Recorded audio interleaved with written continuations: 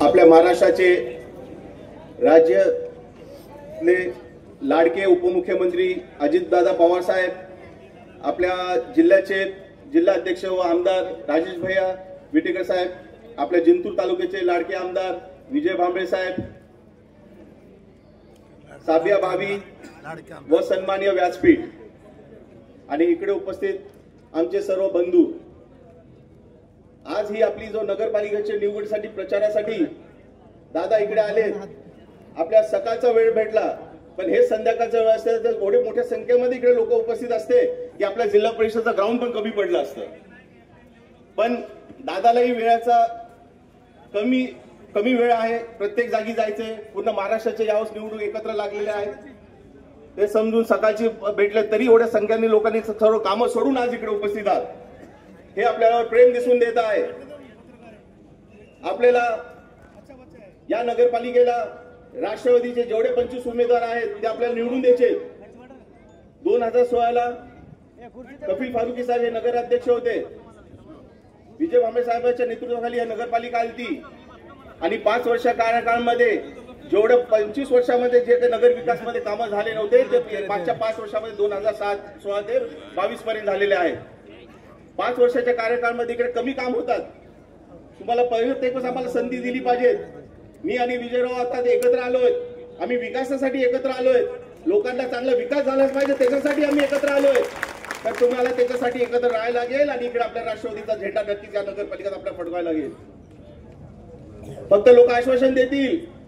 आता कालच काही वॉर्डमध्ये फिरत होते, प्रमोदराव होते, लक्ष्मणराव होते, भांडण करायला लागले. आणि ही निवडणूक आहे, निवडणुकीला भांडण कशा पाहिजेत? प्रत्येक उमेदवाराला प्रचार करायची संधी दिली पाहिजे. सगळ्यांनी प्रचार केला पाहिजे. आपण लोकशाहीमध्ये, हे गुंडशाही नाहीये. आताच असं करतात तर नंतर बसल्यानंतर काय करतील हे तुम्ही विचार करा. प्रत्येक समाजावर अत्याचार होईल.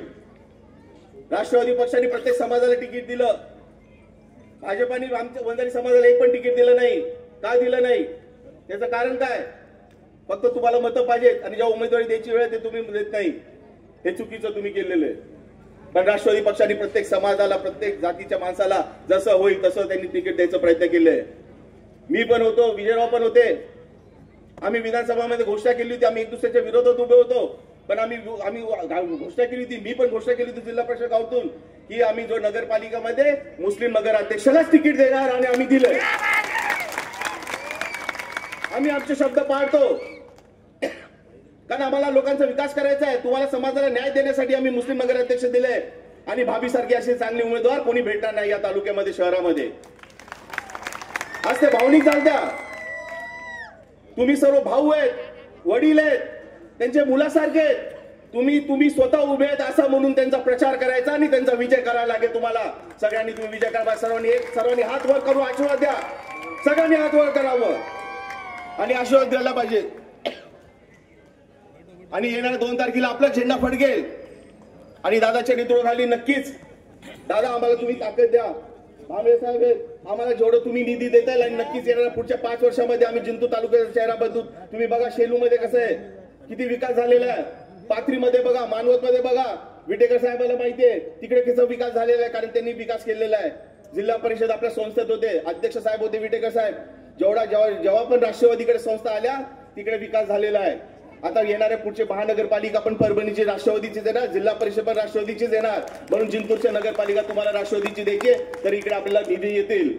आपले माननीय उपमुख्यमंत्री साहेब नक्कीच आपल्या निधी कधी कमी पडू देणार नाही. जेवढा पाहिजे आपण तालुक्याचा चेहरा बदलू. आपण मास्टर प्लॅन आणून चांगलं काही विकास करू, नक्कीच चांगले उपयोग करू दे. आणि इकडे जेवढे काही कमी असतील, जे काही आता शादी खाली राहिले असतील, कोणते काही राहिले असतील ते आपण नक्की पूर्ण करू. मी एवढंच बोलतो, जास्त मी वेळ घेत नाही कारण दादाला अनेक पुढे कार्यक्रम आहेत. दादा बोलतील, त्यांचं मांडतील सर्व विषय.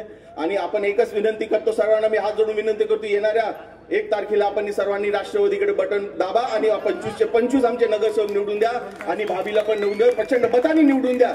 जे लोक विचार करतायत की त्यांची सीट लागली ते चुकीच्या भरमादेत आपल्याला दाखवून द्यायचे येणाऱ्या 2 तारखेला की राष्ट्रवादीचा झेंडा फडकेल आणि आपण विकासाला गती देणार. विकास होणार, आपल्या लोकांचा विकास होईल, आपल्या मुळाबाळांचा विकास होईल. एवढंच मी बोलतो. माझे 2 शब्द संबोधतो. जय हिंद, जय महाराष्ट्र.